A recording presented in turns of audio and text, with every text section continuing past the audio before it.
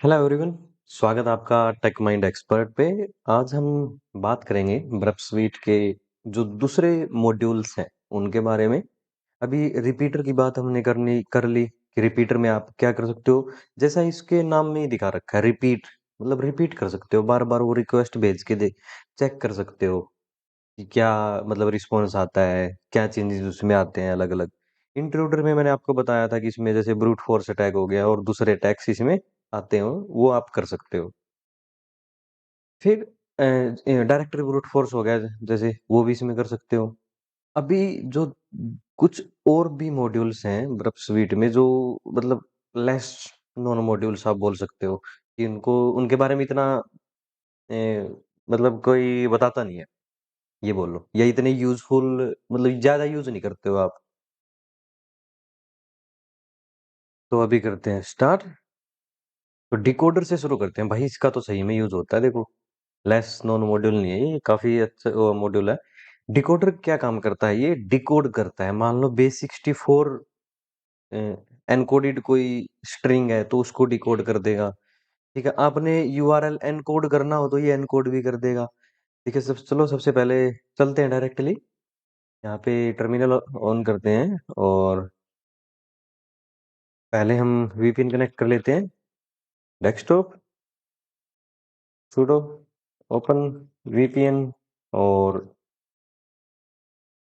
यहाँ पे हो गया कनेक्ट। यहाँ पे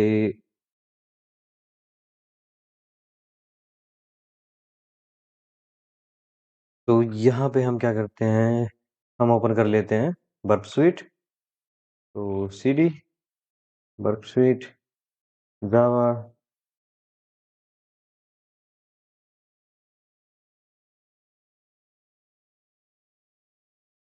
तो इसके अंदर मैं दिखाता हूँ आपको जो डिकोडर का क्या क्या काम रहता है और किस तरीके से आप डिकोड कर सकते हो। तो नेक्स्ट नेक्स्ट स्टार्ट। तब तक इसके अंदर देख लेते हैं। तो आपको इस तरीके का इंटरफेस मिलता है डिकोडर में। ठीक है, जैसे ये रिपीटर था, यहाँ पे रिपीटर था, कोलेबरेटर और कोलैबोरेटर, फिर सीक्वेंसर, यहाँ पे हो गया डिकोडर। मतलब इसी तरीके से यहाँ मिल जाए आपको, यहाँ मिल जाए। इसके बाद आते हैं, ये है जहाँ पे आपने टेक्स्ट डालना है। टेक्स्ट डालने के बाद आप एनकोड करते हो या डिकोड करते हो, उसका रिजल्ट आपको यहाँ पे मिलेगा। और जो ये यहाँ पे जो फील्ड्स हैं, ये है टेक्स्ट और एक हैक्स। तो हैक्स में भी आप देख सकते हो, डिकोड करना हो तो यहाँ से डिकोडिंग की मीनू आती है, एनकोड करना हो तो यहाँ से ऑप्शन आएंगे आपको एनकोड के। और इसके अंदर ही आप हैश भी कर सकते हो। ठीक है, तो आपको यहाँ से ऑप्शन मिल जाएंगे, SSC 256 और 512, ये अलग अलग सारे ऑप्शन यहाँ पे आपको मिल जाते हैं। और फिर ऑप्शन आता है एक स्मार्ट डिकोड का। स्मार्ट डिकोड क्या करता है, आपको मतलब मान लो पता नहीं है कि वो बेस 64 एनकोडेड स्ट्रिंग है या मतलब कौन सी यूआरएल एनकोडेड है या क्या है। तो आपने बस यहाँ पे स्ट्रिंग डालनी है और स्मार्ट डिकोड कर देना उसको। हम अभी एग्जांपल भी करेंगे। तो मान लो यहाँ पे आपने एक स्ट्रिंग डाली, स्मार्ट डिकोड पे क्लिक किया, तो यहाँ पे वो डिकोड हो जाएगा ऑटोमेटिकली। आपको चूज करने की जरूरत नहीं है कि डिकोड एज, ये ऑटोमेटिकली कर देगा आपका काम। तो अभी बात करते हैं द इंटरफेस मल्टीपल ऑप्शंस। तो इन्होंने भी वही बता रखा है कि जो पहला ऑप्शन है जहाँ पे आप अपना डालते हो। ठीक है, और इसके डिकोडर के अंदर कोई भी स्ट्रिंग आप भेज सकते हो। जैसे राइट क्लिक किया आपने और सेंड टू डिकोडर, मान लो ये आईपी अपनी। ठीक है, यहाँ पे गए हम, ब्राउजर ओपन करते हैं, प्रॉक्सी, और इंटरसेप्ट करने के लिए क्या करते हैं, इंटरसेप्ट इज ऑन, यहाँ पे पेस्ट करते हैं, एंटर। ये देखो यहाँ पे आ गई। अब इंटरसेप्ट को मैं ऑफ कर रहा हूँ। तो मान लो कुछ भी है, आपने यहाँ पे क्लिक किया,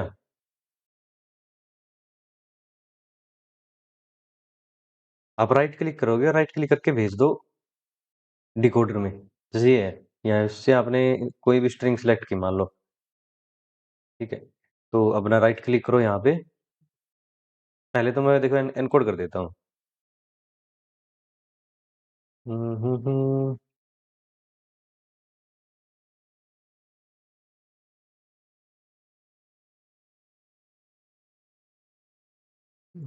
कन्वर्ट सिलेक्शन बेस 64 एनकोड। तो ये हो गया मान लो। इसको आपने तो यहाँ से मान लो सेलेक्ट इसको डिकोड करना आपने। तो हमने इसको कर लिया सेलेक्ट और सेंड टू डिकोडर कर दो। तो यहाँ पे डिकोडर का ऑप्शन है, ये देखो यहाँ पे आ गया। या तो आपको पता है कि बेस 64 है, या तो यहाँ पे आप क्लिक करो और बेस 64, ये देखो ये हो गया। और ये मान लो नहीं पता भाई हमें, तो डिकोड एज मान लो मैं यूआरएल कर देता हूँ, तो ये देखो कुछ हो नहीं रहा है। तो इसमें आप क्या कर सकते हो, स्मार्ट डिकोड पे क्लिक कर दो। यहाँ पे प्रोक्सी रिपीटर डिकोडर,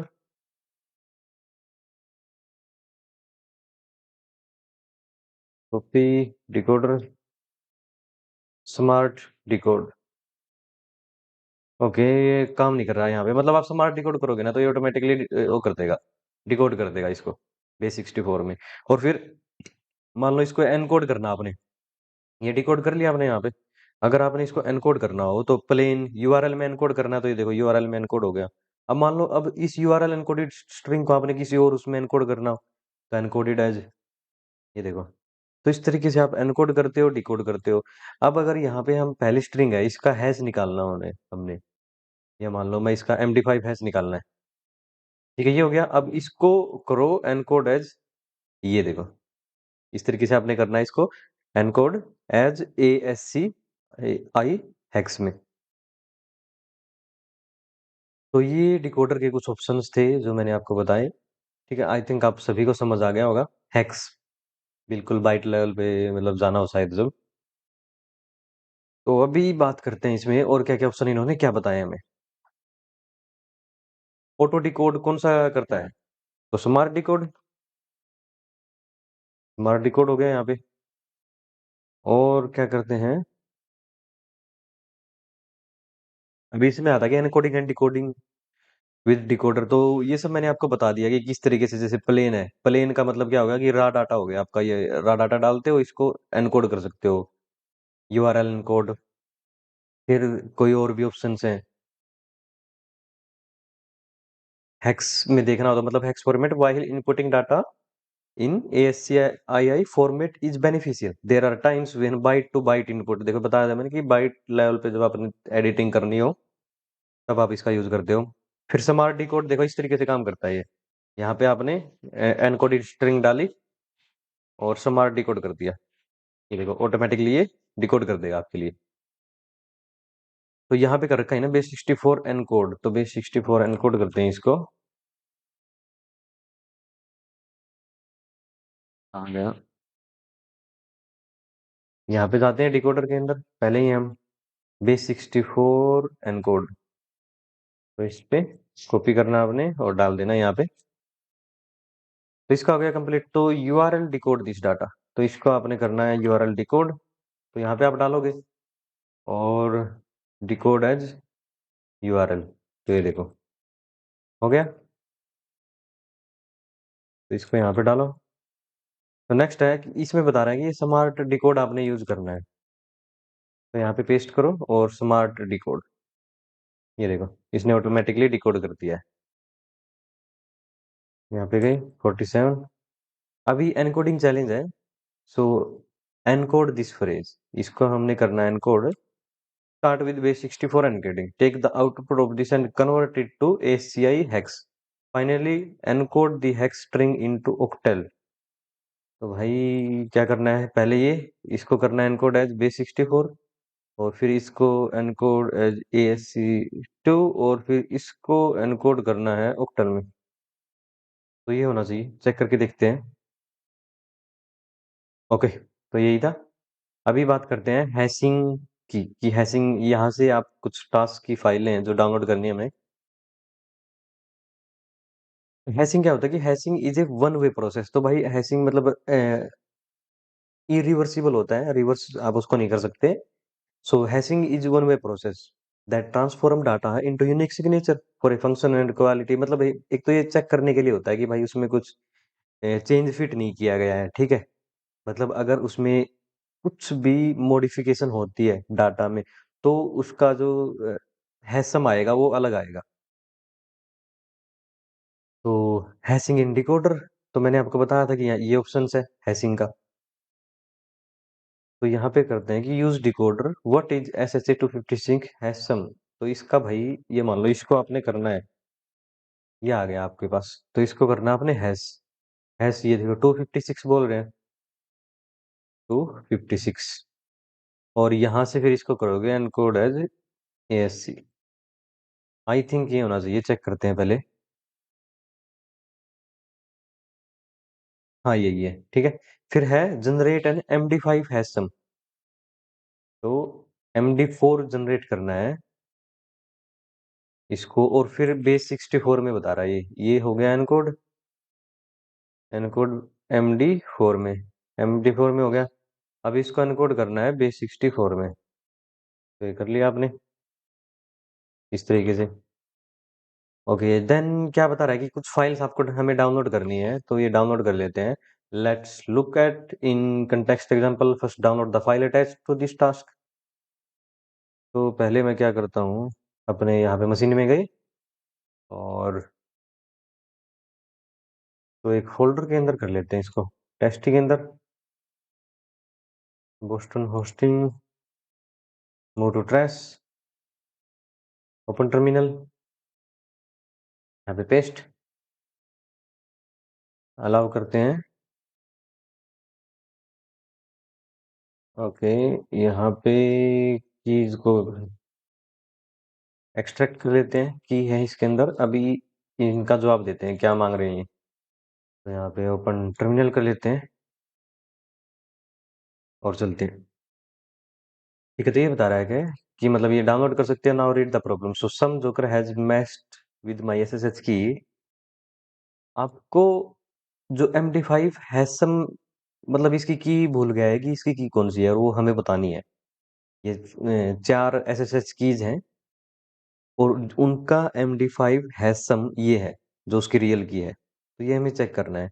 इसमें भाई अगर आप करो, तो देखो मैंने पहले कर लिया था मैंने। इसमें मैं बताता हूँ आपको, जैसे ये की है, अगर आप इसको टेक्स्ट यहाँ से कॉपी करोगे ना, तो इसका हैसम डिफरेंट आएगा। क्यों? क्योंकि इसके अंदर एक्स्ट्रा स्पेसिस है, जैसे ये हो गए। ठीक है, या तो इन ये रिमूव करने पड़ेंगे आपने जो यहाँ पे है, या फिर क्या कर सकते हो, आप डायरेक्टली राइट क्लिक करो, टर्मिनल ओपन करो, और फिर जैसे कैट की वन, ये किया, यहाँ से कॉपी कर लो आप, यहाँ से उठानी है आपने, कॉपी किया, और यहाँ पे जाते हैं हम डिकोडर में, तो यहाँ पे पेस्ट की। अब क्या बता रहा है, डिकोड है, सॉरी डिकोड नहीं, इसका हैशिंग निकालना है हमने। MD5 या चेक कर लेते हैं एक बार। MD5 हैशम, तो कैसे निकालोगे? तो हैशिंग MD5 कर रखा है आपने यहाँ पे, MD5, और इसको एनकोड कर दो फिर ASC में। इसका क्या है, B523E। ये फिर चेक करो मैच हो रहा है क्या, नहीं हो रहा। 12 ये मैच नहीं हो रहा। तो इसी तरीके से फिर सेकंड का करो आप, सेकंड का क्लियर, कैट E2, इसको कॉपी करो,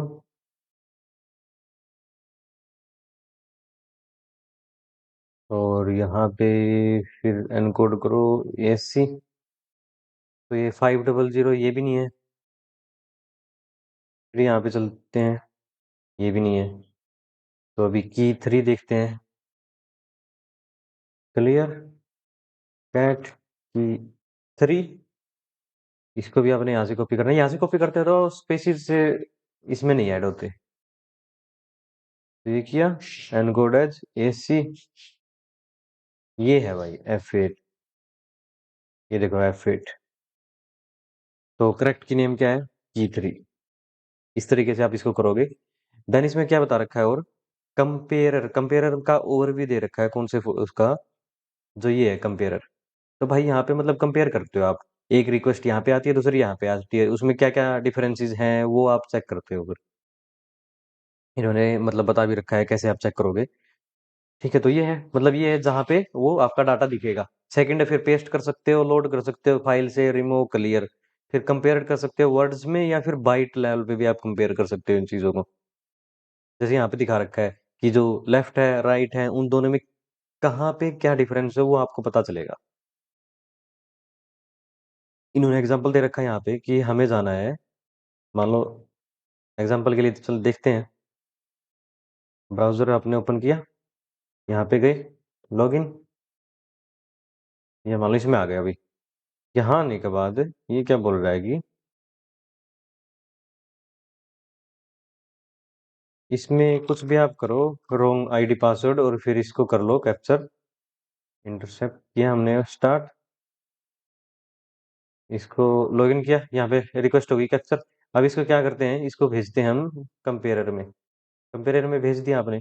अभी दूसरी कौन सी रिक्वेस्ट कंपेयरर में भेजनी है,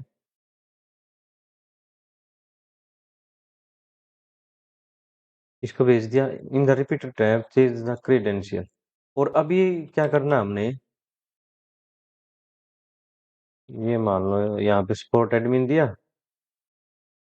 और यहाँ पे आपने दे दिया पासवर्ड। अब इसको दोबारा उसमें भेज दो, सेंड टू कंपेयर।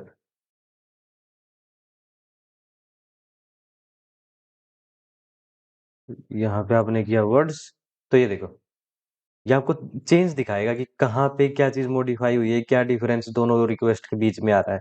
आप हेक्स में भी देख सकते हो इसको, ये देखो कहाँ पे इसमें चेंजेस है। तो एक तरीके से कंपेयर कर सकते हैं आप दो रिक्वेस्ट्स को। तो इसको अभी यहीं पे छोड़ते हैं हम, और नेक्स्ट देखते हैं, इसको कंप्लीट।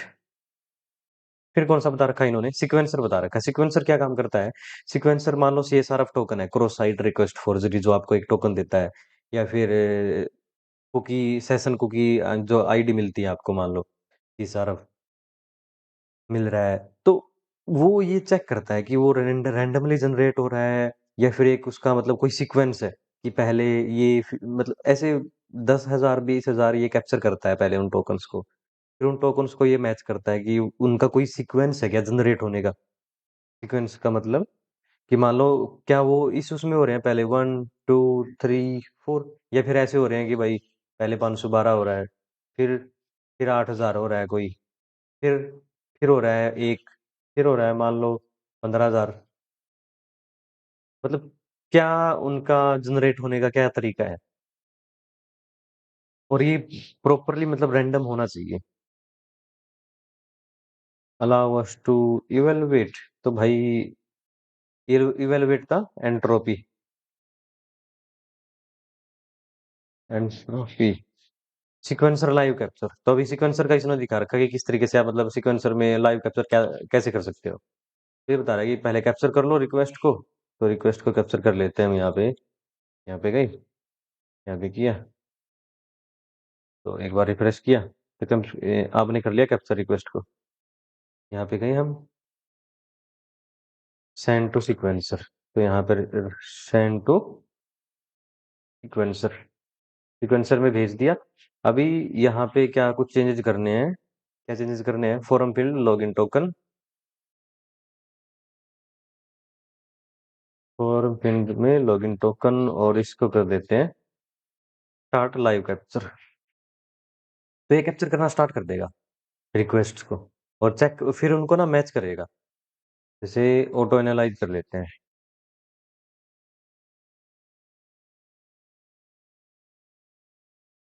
फिर यहाँ पे मतलब ये बताता है रिपोर्ट्स, जो रिपोर्ट्स का मैं वहीं पे फोटो आपको बता देता हूँ। ये रिपोर्ट्स हैं, character level analysis, bit level analysis, ये सारी चीजें। तो अभी हम चलते हैं वहीं पे अपने ब्राउजर में। What is the overall quality of randomness estimated to be. तो इसका क्या आएगा, इसका तो भाई कंप्लीट होने के बाद ही हमें पता चलेगा। एक्सेलेंट, एक्सेलेंट है। तो एक्सीलेंट, सॉरी, एंटी एक्सीलेंट। अब सीक्वेंसर का एनालिसिस कर रहा है, जो मैंने अभी रिपोर्ट आपको दिखाई थी ना, वो कैसे और क्या होता है उसमें। तो ये देखो यहाँ पे बता रखा है कि now that we have report for the entropy analysis of our token. तो इसने जो समरी हमें दी है निकाल के, तो ये बता रहा है कि ओवरऑल रिजल्ट मतलब भाई ये एक्सेलेंट है, टोकन मैकेनिज्म जो जनरेट हो रहा है वो बिल्कुल मतलब रैंडम लेवल पे है। उसको आप पता नहीं लगा सकते कि पहले कौन सा है दूसरी बार कौन सा है। यहाँ पे इसको रिलायबिलिटी ये देख सकते हो आप, मतलब इसको इसका आप बता नहीं सकते नेक्स्ट कौन सा टोकन मिलने वाला है।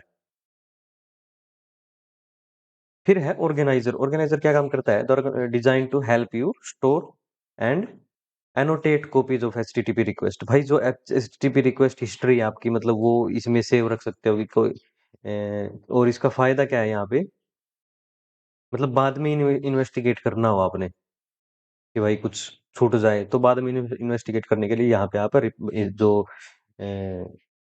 रिक्वेस्ट है उनको स्टोर कर सकते हो। और जैसे इसमें है तो ऑर्गेनाइजर में भेजने के लिए क्या कंट्रोल प्लस ओ करोगे आप, ये देखो सेंड टू ऑर्गेनाइजर, ऑर्गेनाइजर में चली जाएंगी रिपोर्ट और इस तरीके से यहाँ पे ऑर्गेनाइज हो जाती है फिर ये। और जो भाई ये मतलब सेव्ड रिक्वेस्ट होती है ना, ये इनको खाली आप रीड कर सकते हो, उनके साथ फिर मतलब बाद में सेंड करना या वो चीज नहीं कर सकते, खाली रीड कर सकते हो इनको।